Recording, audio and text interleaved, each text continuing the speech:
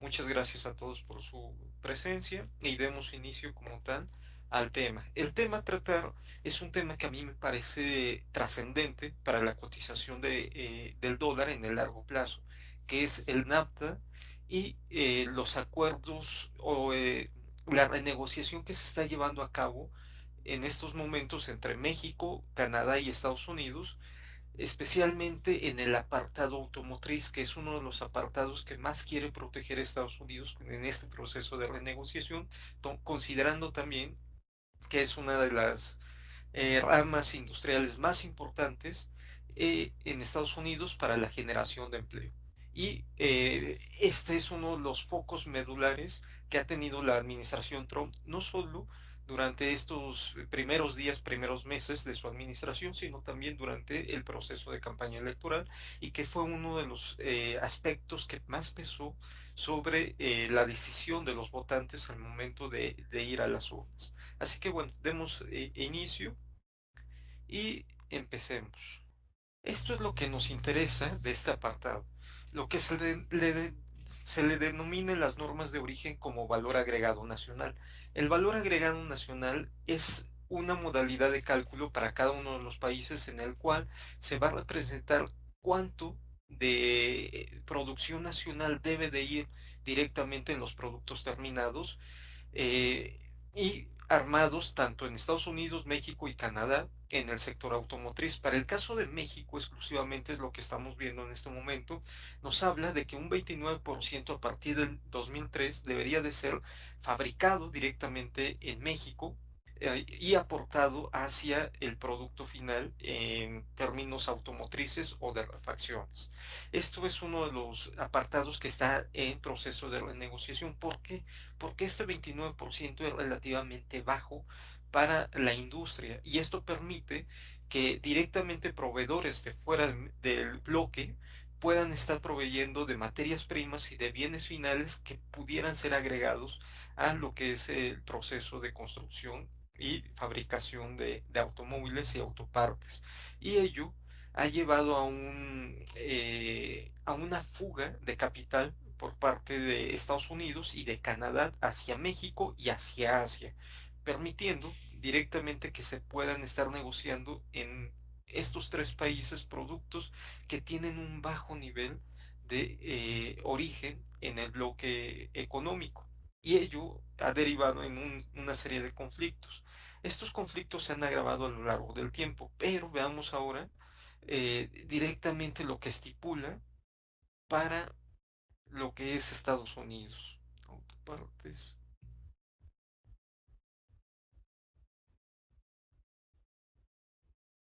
Estados Unidos, ok. Aquí podemos ver que directamente el costo del automóvil debe de ser un 75% generado en Canadá, México o Estados Unidos para que tenga acceso directo al mercado americano. Insisto, esto es uno de los apartados más problemáticos del Tratado de Libre Comercio y que más conflicto ha generado en el proceso de negociación. ¿Por qué? Porque este 75% distribuido a través de los tres países asigna un 25% mínimo a cada uno de ellos. Y eso deja un margen muy amplio para que productos provenientes especialmente de Asia puedan ser comercializados sin pago de aranceles en Estados Unidos, que es el principal mercado de la industria automotriz en este momento, sin tomar en cuenta que el que está creciendo con un mayor dinamismo es en el mercado chino. Así que bueno, tenemos ahí una problemática muy muy seria en este sentido, porque elevar este nivel desplazaría muchos de los productos y haría más caros o más costosos los productos finales en Estados Unidos, especialmente los armados con piezas japonesas y chinas. Y estamos hablando de que eh, el 90% del mercado está siendo provisto directamente con mercancías de estos dos países eh, en alrededor de un 30% aproximadamente, lo cual dejaría básicamente a muchos de los productos fuera del mercado americano, que es la problemática. Ahora bien, si México Canadá y Estados Unidos no llegan a un acuerdo sobre estas reglas de origen en este sector, es muy probable que veamos un proceso de salida y de cancelación del Tratado de Libre Comercio. Una amenaza que recientemente ha hecho directamente el presidente de Estados Unidos, Trump, sobre iniciar el proceso en el Congreso de cancelación. Esto llevaría a una serie de condicionantes adversas para el mismo Estados Unidos. ¿Por qué? Estados Unidos está peleando este sector sin darse cuenta también que uno de los sectores importantes de exportación es el sector agropecuario. Si se cancela el Tratado de Libre Comercio, ingresarían productos a México del sector agropecuario con aranceles, lo cual haría que la industria perdiera un gran mercado.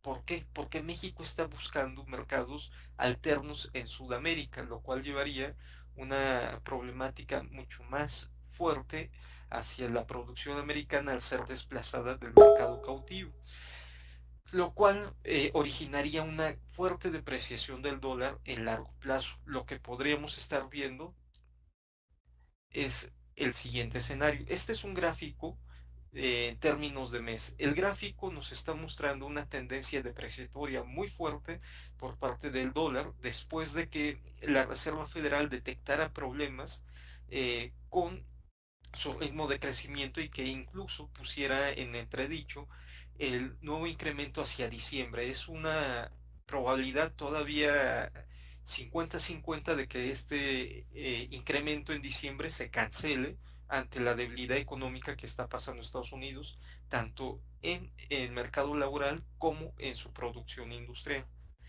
Una situación que podríamos estar ya leyendo hacia el tercer trimestre en el Producto Interno Bruto, cuando este se publique. Pero bueno, de forma anticipada estaríamos hablando que la cotización podría alcanzar niveles mínimamente de 1.25, que es un retroceso del 61.8 en Fibonacci.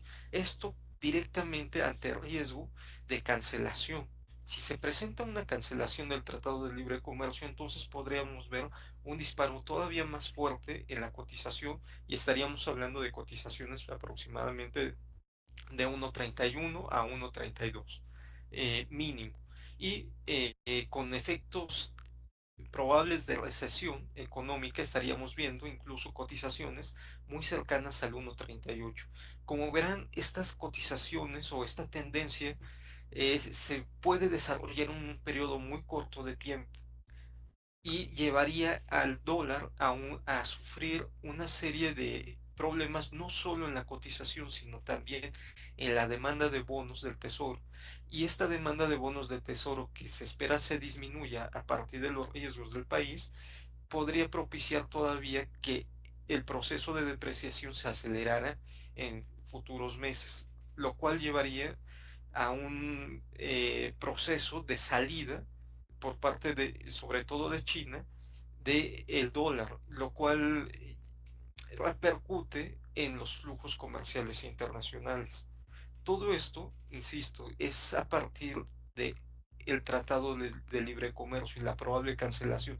Hay muchos problemas, no solo en el sector automotriz, sino en el sector agropecuario, la agroindustria en Estados Unidos.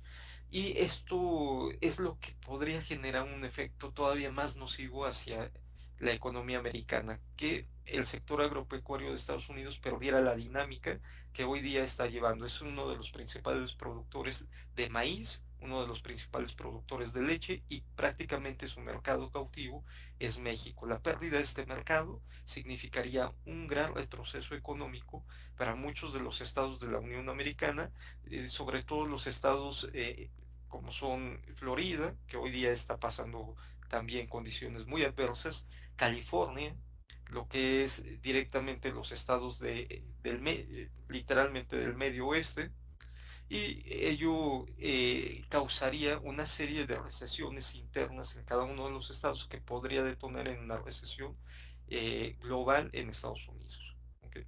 Así que bueno, realmente el escenario de largo plazo para el dólar americano es bastante adverso.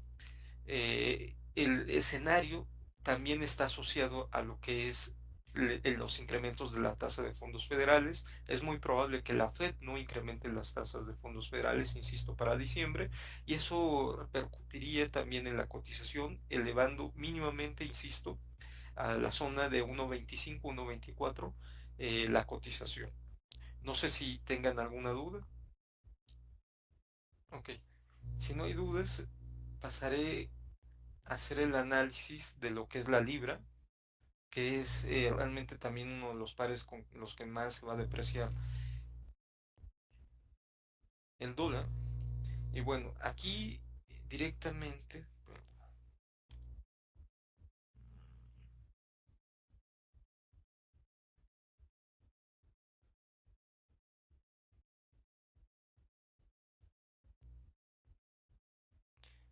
tenemos un margen mucho más amplio de, de incremento, tomando en cuenta también que Inglaterra va a presentar problemas por los acuerdos que debe de llegar con la Unión Europea y la zona euro especialmente en cuanto a tratados comerciales. Recordemos que el Brexit cancela toda oportunidad de entrada libre de arancel a los productos de Inglaterra hacia la Unión Europea. Esto ha traído como consecuencia, obviamente, la gran depreciación que estamos viendo en el gráfico. Sin embargo, el dólar por sí solo, insisto, se sigue depreciando y las condiciones iniciales del dólar para mediados del cuarto trimestre podría generar que la libra recupere terreno frente al dólar y estaríamos hablando de una cotización mínima de 1.38, que hablaríamos del 38.2% de retroceso Fibonacci, esto tomando en consideración que la Fed no incremente la tasa de fondos federales en diciembre, lo cual daría mucha oportunidad a que directamente las monedas más fuertes, como son la libra y el euro, puedan estar apreciándose de forma continua durante los siguientes meses. Hay que estudiar mucho en términos de la libra qué es lo que pasa con la balanza comercial. La balanza comercial es la que nos va a dictaminar de aquí en adelante cuál va a ser el comportamiento de la libra en el largo plazo. Si la balanza comercial empieza a ser nuevamente superavitaria con respecto a la Unión Europea, a pesar de los aranceles y a pesar de una renegociación comercial un poco adversa y ríspida para la Unión, para Inglaterra, podríamos ver que toma la suficiente fuerza la cotización para recuperar en mediano plazo la zona de 1.44, que es una zona realmente bastante cómoda para la libra para generar condiciones de exportación intensas, no solo a la Unión Europea, sino estamos hablando al mismo Estados Unidos y parte de Asia. Así que ese 1.44 es una zona bastante asequible, bastante cómoda para la misma autoridad monetaria inglesa y para la, el sector de exportación de Inglaterra, lo cual nos llevaría, insisto, y nos seguiría marcando una depreciación por parte del dólar frente a las monedas más importantes. Igual caso merece el yen. El yen vemos cómo ha tenido una ligera apreciación después de sufrir una tremenda depreciación. Esto es en parte precisamente a que la autoridad monetaria japonesa ha intentado depreciar su moneda mediante la facilidad cuantitativa, lo cual no ha tenido un resultado todavía eh, profundo en la economía, dado que las condiciones en las contrapartes siguen siendo bastante inestables, especialmente en la economía americana, y eso ha llevado obviamente a que el yen empiece a tomar nuevamente fuerza. Vemos que la cotización del yen podría incluso recuperar la zona de 106 a 104, que es una cotización bastante fuerte para las condiciones que está buscando el Banco Central y que en largo plazo significaría que tenemos condiciones para buscar incluso la zona de 100, que es una zona que empieza a incomodar o empezaría a incomodar a la autoridad monetaria japonesa en búsqueda, obviamente, de obtener presiones inflacionarias y de salir de la deflación de largo plazo. Sin embargo, insisto, las condiciones internas de Estados Unidos son las que están mermando directamente el actuar de la política monetaria del Banco de Japón. Así que, bueno, realmente son condiciones en todos sentidos y en todos los frentes bastante adversas para lo que es el dólar americano. Recordándoles, obviamente, seguir muy de cerca las negociaciones de Tratado de Libre Comercio. Eso es lo que pueden generar grandes condiciones de cambio para la cotización del dólar en largo plazo. Si el Tratado de Libre Comercio se anula, insisto, la depreciación del dólar va a ser constante y podría caer la economía americana en una fuerte recesión, no tan fuerte o no tan grave en términos financieros como la vivida en 2008, pero sí en términos económicos, lo cual llevaría a grandes niveles de desempleo en el corto plazo y obviamente a un gasto de gobierno incrementando por la situación del seguro por desempleo, que es una prestación social a nivel federal que se otorga desde 1935 a todo aquel desempleado en la Unión Americana con el fin de mantener el consumo de corto plazo. Pero bueno, realmente es un problema grave. ¿Hasta dónde podría caer? Hasta la zona de 1.25 es el objetivo esperado. Más allá de que no, si se cancela o no se cancela el Tratado de Libre Comercio, estaríamos hablando de una zona de 1.25 por la debilidad de la actividad económica de Estados Unidos. El crecimiento es muy débil y está acompañado por ya un desajuste en lo que es el sector laboral. El sector laboral ha estado estancado en los últimos meses y ello es síntoma de que la actividad económica se está enfriando, lo cual podríamos verificar con la publicación del tercer trimestre del PIB en Estados Unidos, lo cual esperaríamos en una zona de entre el 1 y el 1.8%, que está muy lejos del actual 3% de la última revisión del segundo trimestre del PIB, lo cual es un dato sorprendente, o sea, realmente sorprendió a los mercados y fue lo que en corto plazo ayudó al dólar a no depreciarse de forma tan acelerada. Pero bueno, insisto, el 1.25 es la zona que tendríamos al alcance con la postergación de la Fed del incremento de la tasa de interés. Si vemos la cancelación del Tratado de Libre Comercio, estaríamos hablando de una zona un poco más extensa, de 1.38 a 1.41, como objetivo para la cotización frente al euro. Se depreciaría también contra las divisas de Latinoamérica, contra algunas, no contra todas.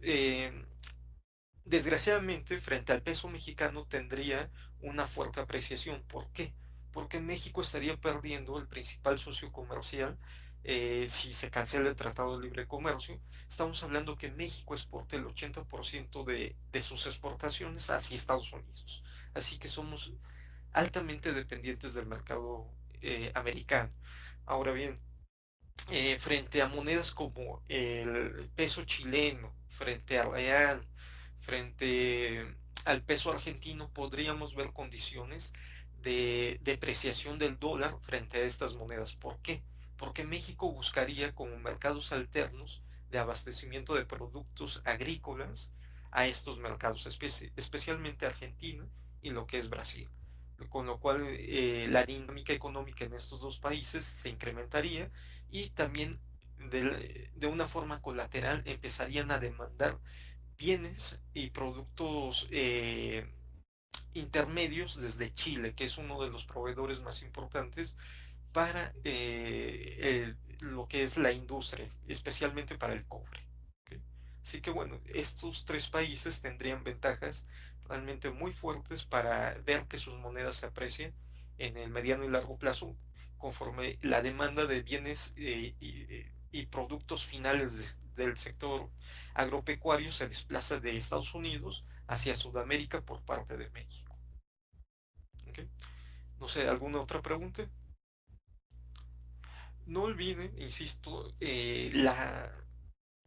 la apreciación que podríamos tener en el yen. Esto es una situación grave. Podríamos incluso ver una intervención del Banco de Japón, dado caso de que detecte una apreciación muy muy fuerte y continua en el yen.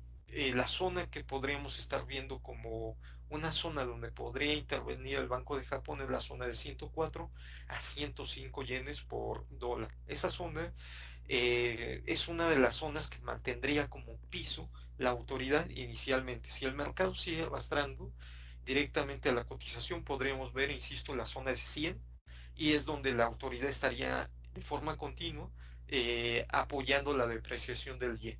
E insisto, para buscar presiones inflacionarias, para salir del largo periodo de deflación que lleva prácticamente alcanza las 2 décadas en Japón. Y es un escenario que ha impedido el crecimiento de largo plazo de la economía. Así que la autoridad japonesa hará todo lo posible para evitar que la apreciación del yen se presente de forma continua. Ok, si no hay más dudas, insisto, muchas gracias por su atención, por su presencia y los invito a conocer nuestra casa broker, que es Latin Plus Trader. Tenemos una muy amplia gama de activos financieros, tanto en Forex, divisas, lo que son acciones, lo que son criptodivisas y futuros. Y agradezco nuevamente a la oportunidad de estar con ustedes, a lo que es Forex Street, y espero que haya sido de utilidad. Y bueno, nos estaremos viendo con una charla un poco menos fundamental y un poco más aplicada a lo que es los mercados. Eh, es muy probable que podamos ver en futuro el comportamiento de algunas criptodivisas que en este momento están siendo muy golpeadas por las entidades tanto de China como por voces muy importantes en Estados Unidos de fondos de inversión y prácticamente están destrozando las cotizaciones de las mismas. Pero bueno, realmente donde hay tendencias sólidas hay una oportunidad muy grande de generar ganancias. Así que bueno, insisto, ojalá y se puedan acercar a nuestro broker. Ofrecemos una gama muy amplia de activos donde podrían estar incluso especulando contra el comportamiento de las criptodivisas. ¿Okay? Así que bueno, muchas gracias a ustedes por su presencia, muchas gracias a Forex Street por la oportunidad, el espacio de estar con ustedes y espero que haya sido de utilidad la sesión.